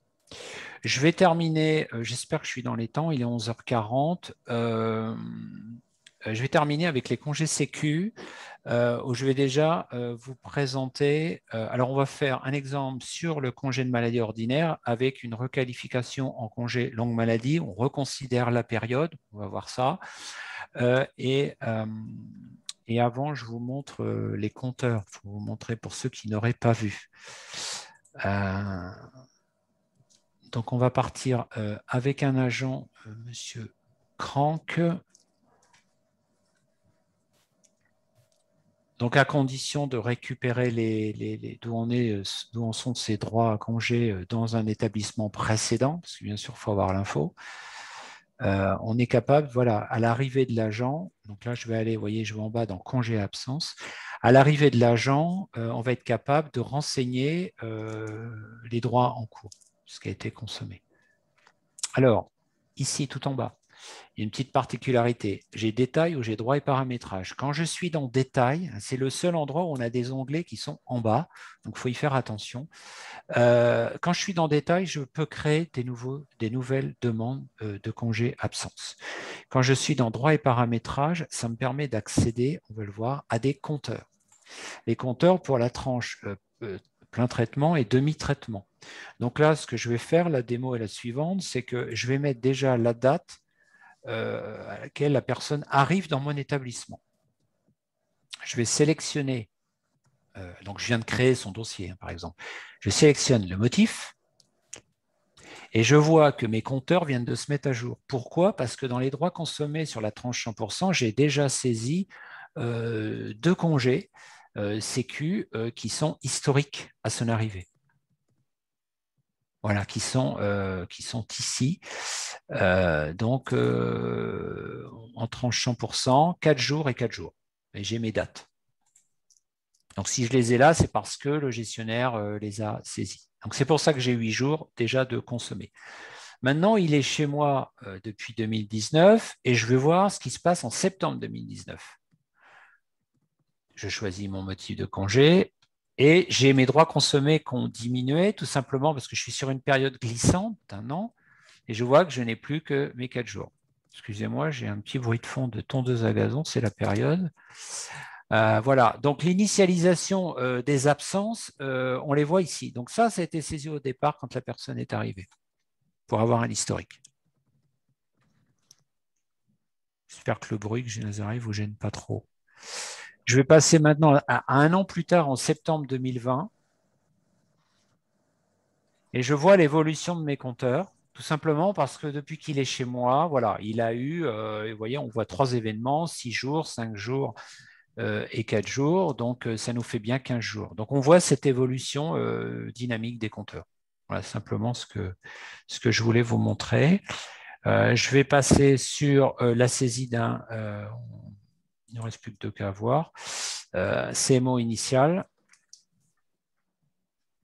Espérons, Patrice, pas de prendre trop de temps pour qu'on finisse à l'heure.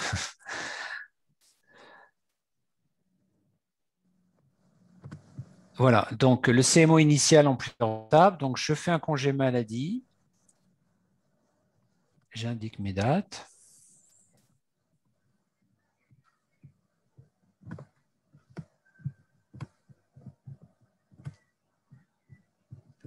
Je saisis mes éléments. Donc, c'est un congé de maladie ordinaire. Ce n'est pas un renouvellement. J'indique mes dates de début et de fin.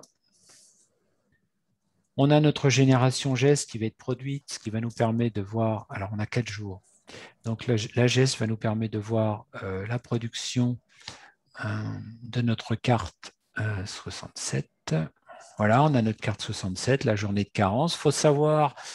ça avait été vu au premier webinaire, que c'est un paramétrage global dans l'application où on dit on considère le jour de carence ou pas. Donc, selon la réglementation, on met sur oui ou sur non. Et une fois que c'est mis sur oui, évidemment, la machine produit automatiquement les cartes à la première période de congé. On va continuer. On a notre récap. Je laisse, on finit, terminé.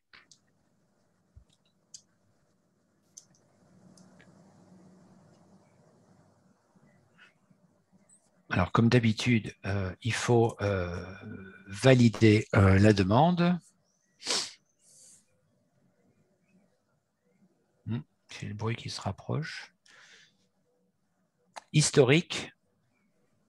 Alors voilà, j'ai ma période du 3 septembre au 6 septembre qui est au statut prêt, les autres étant obsolètes.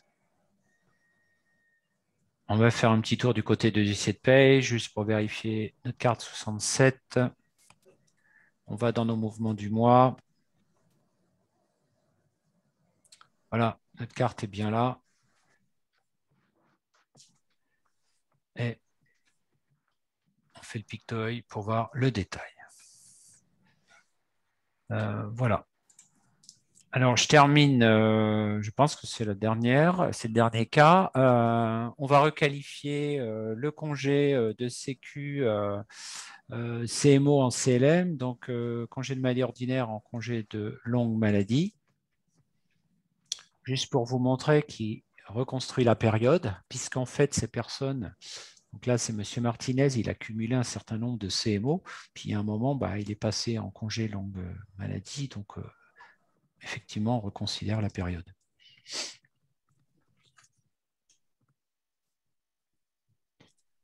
Donc, un petit temps de chargement. Vous voyez, on a d'autres, vous voyez, toutes ces périodes-là qu'on a de CMO qui apparaissent. Finalement, il va être en CMO il va être malade jusqu'en novembre. Et donc, il va falloir reconsidérer cette période. Alors, on fait un petit tour du côté des compteurs. Voilà, pour nous montrer qu'en demi-traitement, on a 17 jours.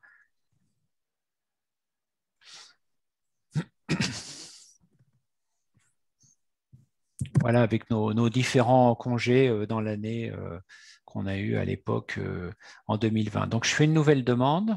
Ça va vous permettre de voir un peu comment ça se passe. Vous reprenez votre type de demande congé maladie. Et on va passer à la saisie des éléments en étape 2.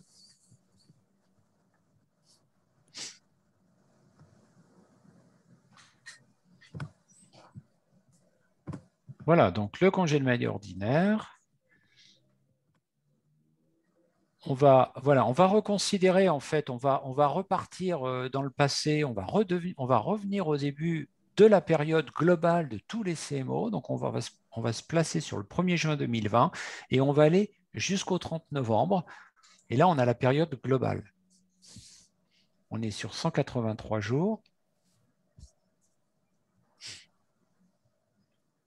J'ai différents boutons. Donc, j'ai une date, il y a eu un avis médical qui a été donné. Il y a une date où le comité médical s'est réuni. Donc, j'indique cette date.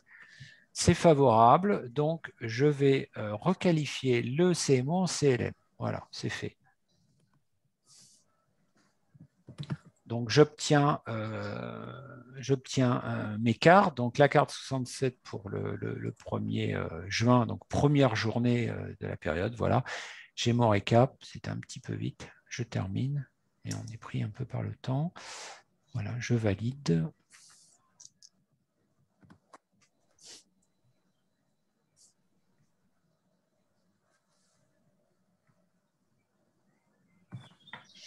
Voilà, petit tour du côté de l'historique comme d'habitude. On a neutralisé, vous voyez, on a neutralisé tous nos CMO et on repart sur la période du 1er juin au 30 novembre qui est à l'état prêt.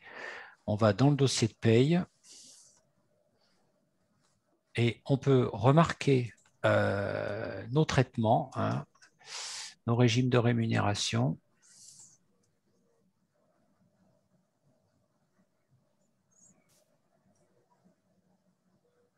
Voilà.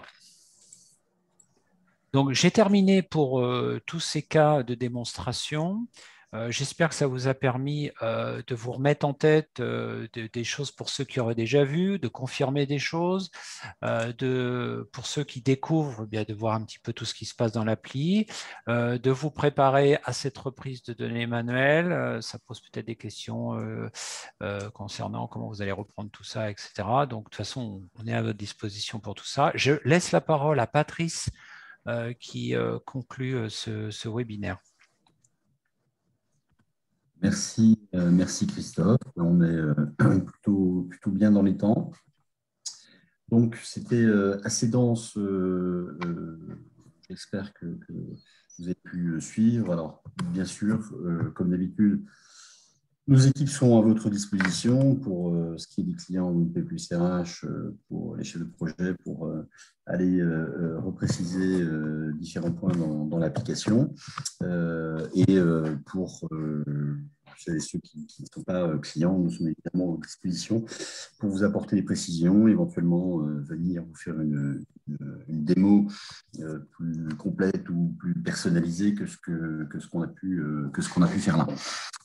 Donc, il y a eu beaucoup de questions. On les note au passage.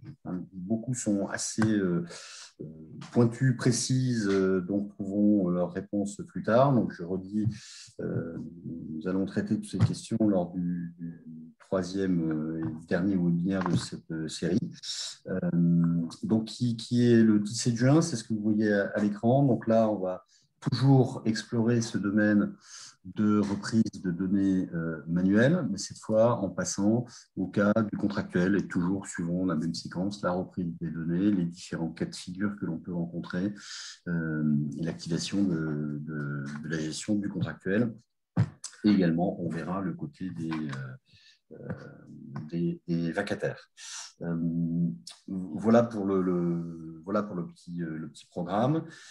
Toute l'équipe CEGAP vous remercie de votre participation. Vous étiez très nombreux, très attentifs, si j'en juge, par toutes les questions qui étaient posées.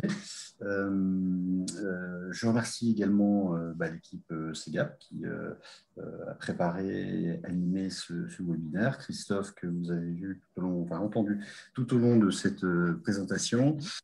Florian, chef de projet, qui a apporté ces dimensions un petit peu concrètes, terrain, expérience vécue. Et aux manettes, nous avions Thibaut qui nous a permis de gérer cette séquence sur Zoom sans accroc. Donc, quand la technique fonctionne bien, c'est absolument parfait.